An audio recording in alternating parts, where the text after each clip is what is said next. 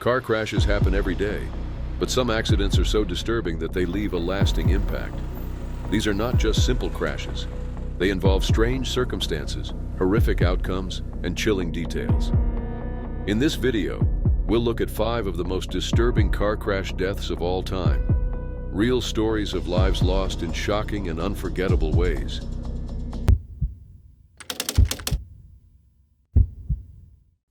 It was a quiet evening in November 2024 when a terrible crash happened on the RM12 motorway in La Manga, Spain. What should have been a routine drive turned into a disaster when a speedboat detached from a trailer and caused a deadly accident. 2 British men lost their lives and another was seriously injured. The incident began when a 32-foot speedboat, known as a narco lancha because of its use in smuggling, broke free from the vehicle towing it. These boats are built for high speeds, often with powerful engines to avoid detection at sea. This one, moving at about 120 kilometers per hour, suddenly detached, flew through the air, and crashed onto a Seat Leon carrying 3 British men. The driver and front seat passenger, aged 49 and 57, did not survive. The impact was too severe. The third passenger, a 54-year-old man sitting in the back, suffered critical injuries. Emergency responders quickly took him to Virgen de la Arixaca University Clinical Hospital in Murcia, where he remained in serious condition. The crash led to further destruction. The impact caused a chain reaction involving 6 other vehicles. Some cars were pushed off the road while others overturned or were heavily damaged. Rescue teams spent over 30 minutes freeing trapped victims. Witnesses described a chaotic scene: twisted metal, shattered glass, and debris scattered everywhere. Several other people were injured, including 2 women, aged 18 and 55, and 2 men, aged 19 and 29. They were taken to hospitals in Cartagena with varying injuries. The motorway was shut down for hours as authorities worked to clear the wreckage and investigate what had happened. Investigators quickly realized that the boat was not an ordinary vessel. It was a high-powered speedboat often linked to smuggling. Its large size and weight made it extremely dangerous once unrestrained. With 2 300-horsepower engines, it became a massive projectile when it broke loose. Authorities, including the police and civil guard, launched an immediate investigation. They found that the boat had been secured to a trailer towed by another vehicle in front of the victim's car. However, because it was not properly fastened, it came loose and veered across both lanes. The Seat Leon's driver had no time to react. The crash was unavoidable. The driver towing the boat fled before authorities arrived. Investigators believe this person may be linked to smuggling operations. Another passenger might have been in the vehicle, but this has not been confirmed. A search began to locate the driver, but so far no one has been found. One of the key pieces of evidence at the scene was a set of supermarket receipts recovered from the wreckage. Authorities are now reviewing security footage from nearby stores, hoping to identify the suspect. The victims were later identified as PD, 49, JW, 57, and IP, 54, all British nationals. Their car was packed with golf clubs, suggesting they were heading to the La Manga Golf and Tennis Resort, a well-known destination in the area. The British Foreign, Commonwealth and Development Office confirmed that they were assisting the victims' families and working with local authorities. Photos from the crash showed the speedboat still lying across the motorway surrounded by wrecked vehicles. The damage was severe, showing how destructive a loose object of that size could be. Authorities are now looking into possible criminal connections. The boat, identified as a Zodiac inflatable, had no visible registration numbers, making its origins suspicious. Officials are working with the British Embassy to investigate further and determine how such a dangerous event occurred. Beyond the loss of life, the crash caused significant disruption. The RM12, a major road connecting La Manga and Cartagena, was closed for several hours, causing traffic delays. Many questions remain. How was such a large and dangerous boat so poorly secured? Was this an accident, or was something more intentional involved? What other risks were present that night?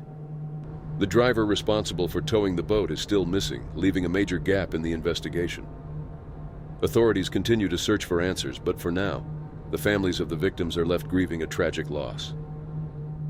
A single moment of carelessness, or something more deliberate, turned a simple evening drive into a catastrophe. The search for the truth continues, but for those affected, the consequences of that night will never fade. On December 15, 1995, a devastating accident took place near Castlendinus, a hill fort close to Newquay, Cornwall. It was 6:30 p.m. when a routine drive turned into a disaster that would change many lives. Mark Wade, a 31-year-old truck driver from Fradden, had been on the road since early morning, transporting a Caterpillar digger on a low-loader lorry. He was exhausted after a long workday and was heading back to his company's depot in St. Columb. He had no idea that a small mistake would lead to tragedy. The digger's arm, which should have been securely fastened, was left loose. As Wade drove along a narrow B road, the unsecured arm swung into the opposite lane. At that moment, 4 cars were approaching from the other direction. The impact was catastrophic. The heavy digger arm crashed into the cars, ripping off their roofs and causing immediate destruction. 5 people lost their lives instantly. 3 men and 2 women, including a passenger. 3 others suffered severe injuries, including head trauma. The scene was horrific.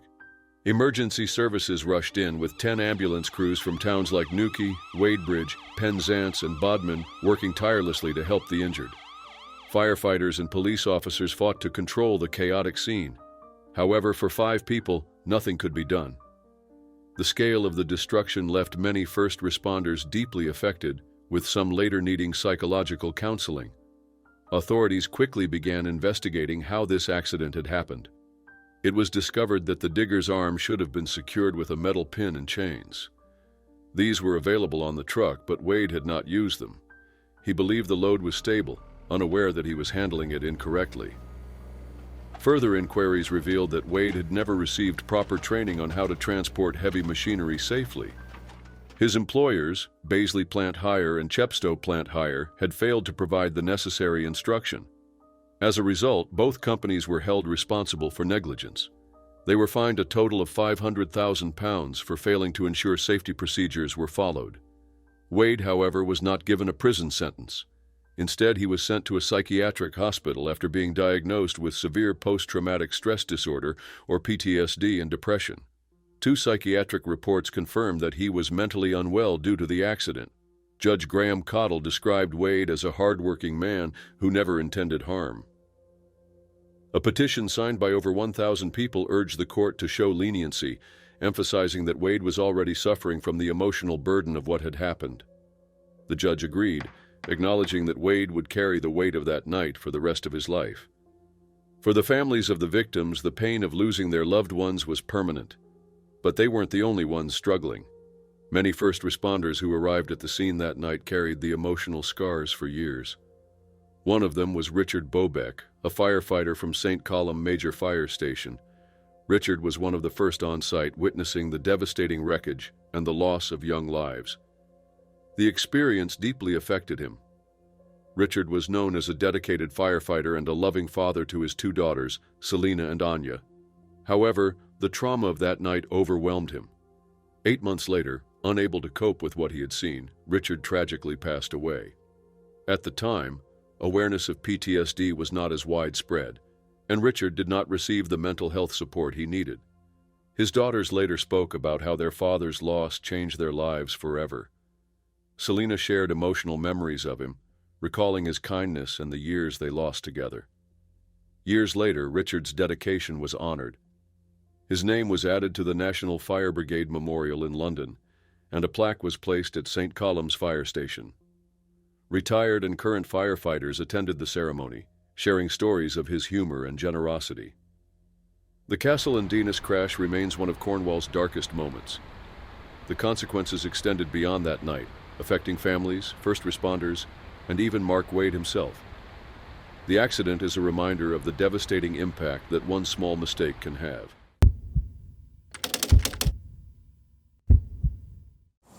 On June 11, 2023, a terrible accident struck the Hunter Valley region of New South Wales, Australia.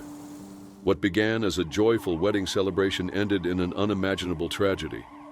The night was filled with laughter and dancing as guests gathered at Wandon Valley Estate in Lovedale to celebrate the wedding of Mitchell Gaffney and Madeline Edsel. As the festivities came to an end, 35 guests boarded a charter bus to return to their hotel in Singleton, a 30-minute drive away. The bus, a 2009 Volvo B7R operated by Link Bus Lines, was expected to take them back safely. At around 11:30 p.m., disaster struck. As the bus neared a roundabout at the M15 Wine Country Drive interchange near Greta, the driver, 58-year-old Brett Button, lost control. The vehicle overturned in thick fog, rolling onto its side. The crash was devastating. 10 people lost their lives and 25 others were injured. Some were rushed to hospitals, while one critically injured passenger was airlifted to Sydney for urgent care. The victims were beloved members of the community.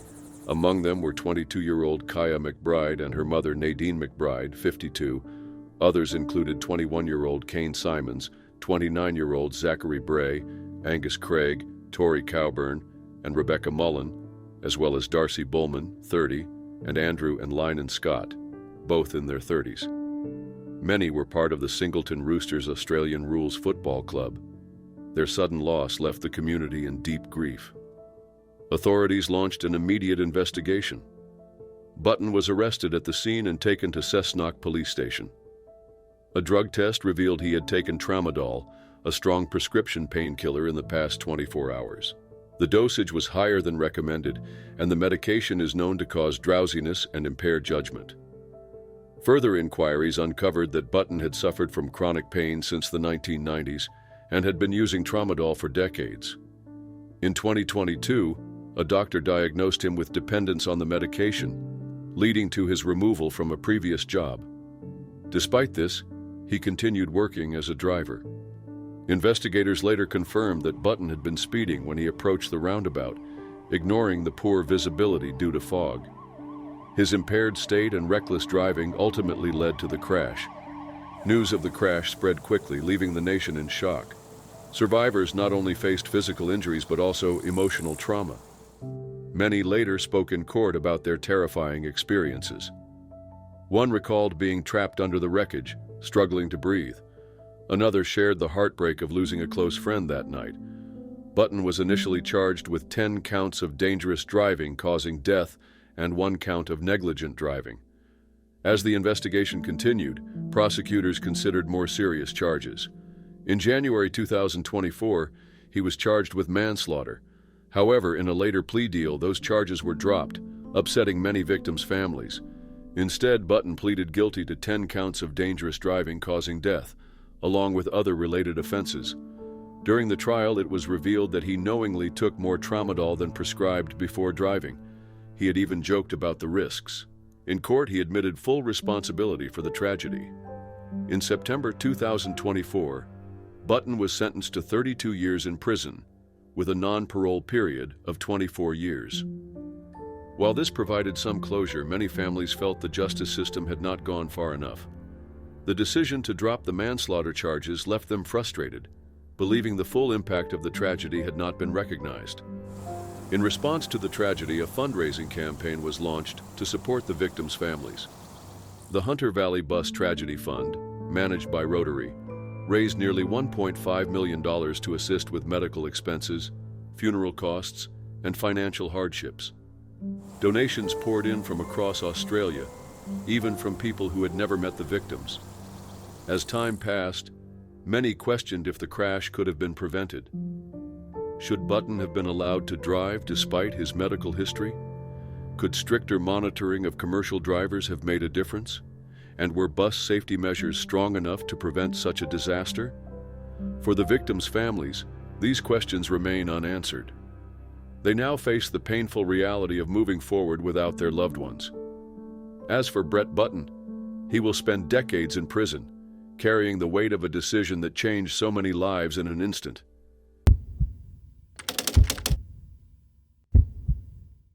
It was February 13, 2024, in Mesa, Arizona. Ray Longhi, a 67-year-old father, grandfather, and aviation enthusiast, was on his way to Phoenix Sky Harbor Airport to pick up his wife. It was a simple drive, something he had done many times before. Ray had a deep love for airplanes, living near Falcon Field Airport, where he often watched aircraft take off and land. His family joked that he could recognize a plane just by its engine sound. But on this day, Ray would never make it to the airport. As he drove his red Lexus down Greenfield Road, a private jet was preparing for takeoff at Falcon Field. The jet, a high-end business aircraft, started down the runway, but something went terribly wrong. It couldn't lift off, lost control, and crashed straight into Ray's car. The impact was catastrophic. Ray lost his life instantly. The jet didn't stop. It skidded off the road and into an orchard where it burst into flames. Inside the aircraft were 4 passengers: Drew Kimball, 44, his 12-year-old son Graham Kimball, Spencer Lindahl, 43, and Rustin Randall, 48. Sadly, none of them survived. A teenage passenger managed to escape but suffered severe burns and was rushed to the hospital. Witnesses said the plane never left the ground. What should have been a routine takeoff turned into a disaster within seconds. Ray had been only blocks from his home when it happened, making it even harder for his family to comprehend. How could something like this happen so close to where he had spent years watching planes come and go? Ray's passion for aviation went beyond watching planes. He worked in the industry, including time and sales, and even lived in Taiwan for 8 years. He knew everything about aircraft and loved sharing his knowledge. His daughter, Lorraine, remembered how he used to take her outside as a child to watch planes take off. They would stand together in their yard just minutes from Falcon Field, as he explained how each aircraft worked. Even with all his knowledge of planes, nothing could have prepared him for what happened that day. Lorraine was in disbelief. "When I heard there was an accident, I assumed it was a car crash," she said. "But when I found out a plane was involved, I couldn't believe it. My dad lived next to that airport for years. How could this happen?" For Ray's family, the loss felt unreal. He had spent so much of his life fascinated by aviation, yet in the end, a plane crash took him away. But Ray wasn't just a man who loved airplanes. He was a devoted husband, father, and grandfather. He enjoyed spending time with his wife, Ada, his children, and his 1-year-old grandson, Charles. Lorraine described him as larger than life, someone who was caring, adventurous, and always looking out for others. Just minutes before the crash, Ray had sent Lorraine a simple message. "Everything okay?" It was something he did often, a way to check in and show he cared. Looking back, Lorraine saw it as more than just a routine text. It was a reminder of his love. That final message became one of her last memories of him. Lorraine struggled to accept what had happened. "It's so unfair," she said, "but I know my dad wouldn't want us to stay stuck in sadness. He'd want us to keep going." As Ray's family tried to understand the tragedy, the National Transportation Safety Board launched an investigation into the crash. But waiting for answers was difficult. "My family and I need to know what happened," Lorraine said. "This shouldn't have happened." Ray had always been passionate about helping others. He supported Sunshine Acres Children's Home in Mesa, often donating during the holidays. In his memory, his family encouraged people to contribute to the charity if they wanted to honor him. For those who knew Ray, his passing was heartbreaking. He wasn't just someone who loved planes. He was a family man who brought joy to those around him. His absence left a deep void in the lives of his loved ones. As the investigation continues, many questions remain. Could this accident have been prevented? Was it a mechanical issue, human error, or something else entirely? For Ray's family, these questions aren't just about finding out what went wrong. They are a painful reminder that he is gone. But despite the grief, Lorraine holds on to the memories of her father, the laughter, the love, and the moments they shared. Ray Longy's life was full of adventure and kindness. Though his story ended in tragedy, his impact will never be forgotten.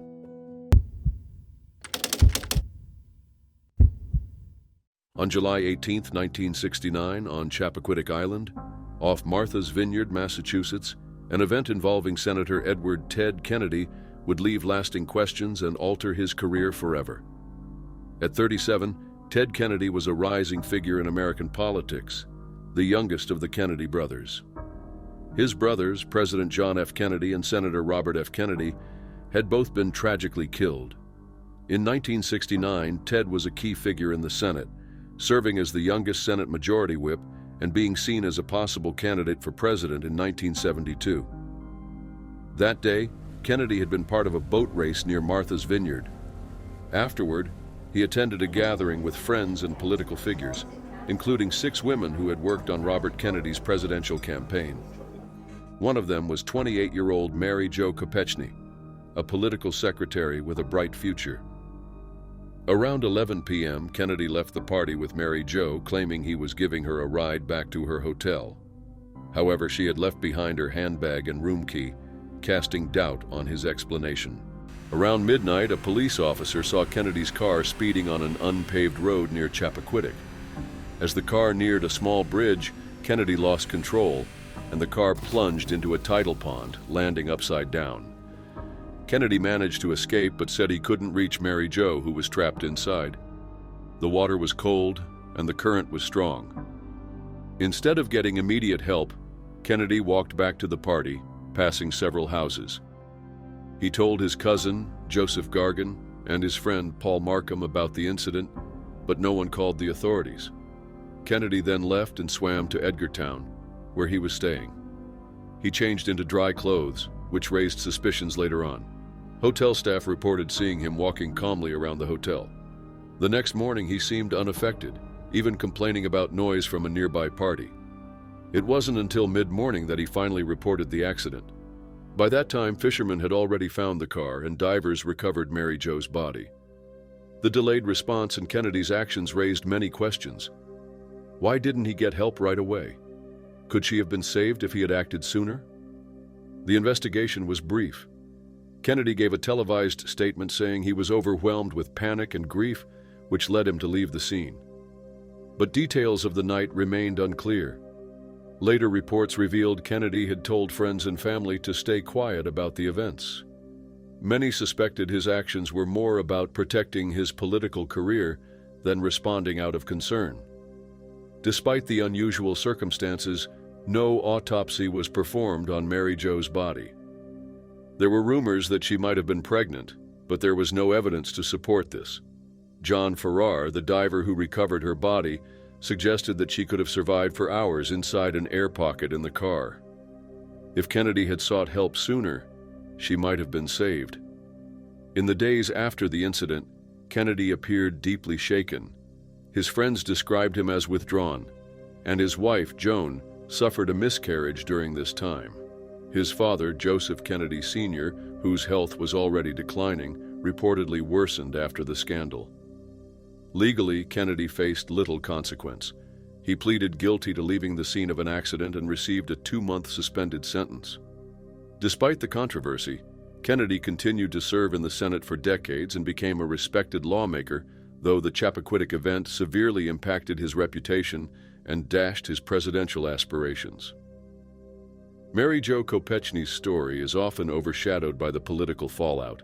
Her life ended under unclear circumstances, and the unanswered questions about that night remain. Could things have turned out differently if Kennedy had acted sooner? The Chappaquiddick incident remains one of the most debated events in American political history, leaving behind questions that continue to linger.